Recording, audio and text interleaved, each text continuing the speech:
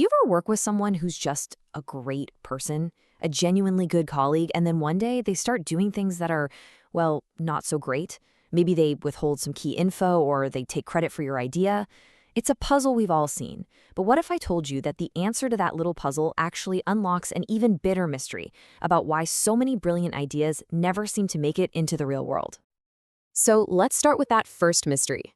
It's something most of us have probably experienced. You're on a team, things are going well, and then, out of nowhere, a coworker starts getting weirdly competitive, maybe even a little unethical. The thing is, it's probably not because they're a bad person. The real reason is often hiding just one level up the org chart. To really get to the bottom of this, we've got to zoom in on a very specific dynamic between supervisors and their teams. Researchers have actually given this a name, and understanding it is the first key to cracking this whole case open. Okay, so the official term is supervisor bottom line mentality, or SBLM for short. Now, this isn't just about a manager who wants to hit their quarterly targets. We're talking about an intense, single-minded focus on results that basically pushes everything else off the table. Things like ethics, teamwork, and, people's well-being. It's like having tunnel vision, but for profits. For a long, long time, we kind of thought SBLM was pretty simple. You either had a boss who was obsessed with the bottom line, or you didn't.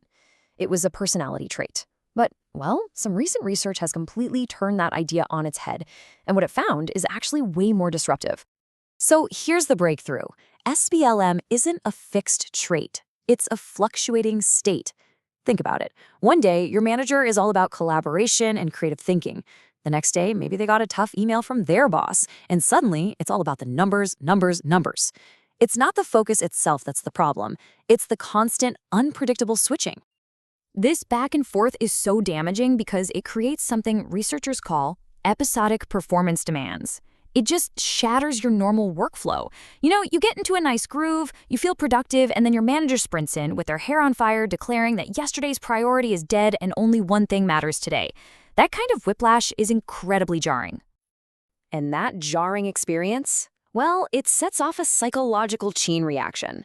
It's like a row of dominoes that starts with the manager's inconsistency and ends with a good person doing a bad thing. Let's just walk through this domino effect. So first, that supervisor's shifting focus, the SBLM variability, creates a ton of anxiety for you. You never know what to expect. Living in that constant state of anxiety is just draining. And that leads right to domino number 3, emotional exhaustion.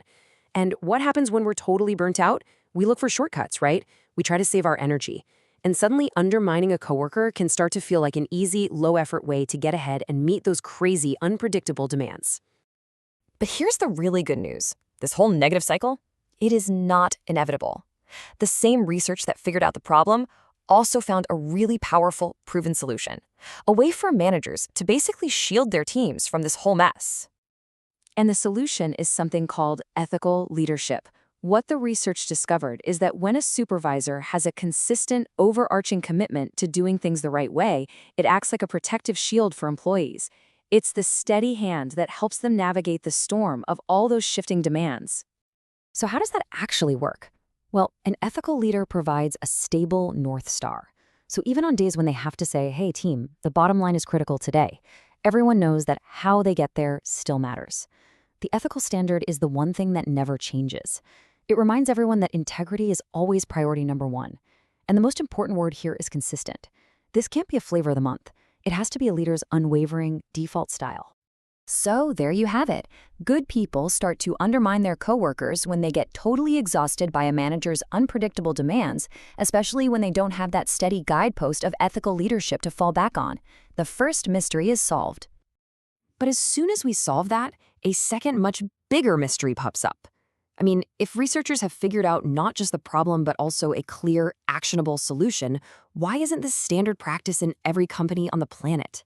Why does this critical knowledge feel lost? The answer to that question lies in a phenomenon that affects pretty much every field you can think of. There is this huge gap, this massive chasm, between the world of academic research and the world of day-to-day practice. A really powerful way to think about this is research debris. It's a great metaphor. Just like an old satellite that's finished its mission but is still just floating uselessly up in space, so much valuable academic knowledge gets stuck in this intellectual orbit, never actually making it down to Earth where it could do some real good. So why does all this debris build up? Well, the systems are just fundamentally misaligned. Academics are rewarded for being theoretically perfect, while managers out in the real world need something that's practical, and they need it now. The publish or perish culture in academia doesn't really care about real-world impact. It cares about getting published in obscure journals. And on top of all that, academic writing is often packed with jargon and hidden behind super expensive paywalls, creating these massive knowledge barriers. The whole process is just flawed. All right, so how do we fix this? How do we clean up all that debris and build a bridge across this great divide to bring these amazing insights back down to Earth? The solution, it turns out, requires a fundamental shift in how researchers themselves think about their jobs. See, this is the old way of doing things. At the very end of a dense 30-page academic paper, a researcher might tuck in a little sentence like this.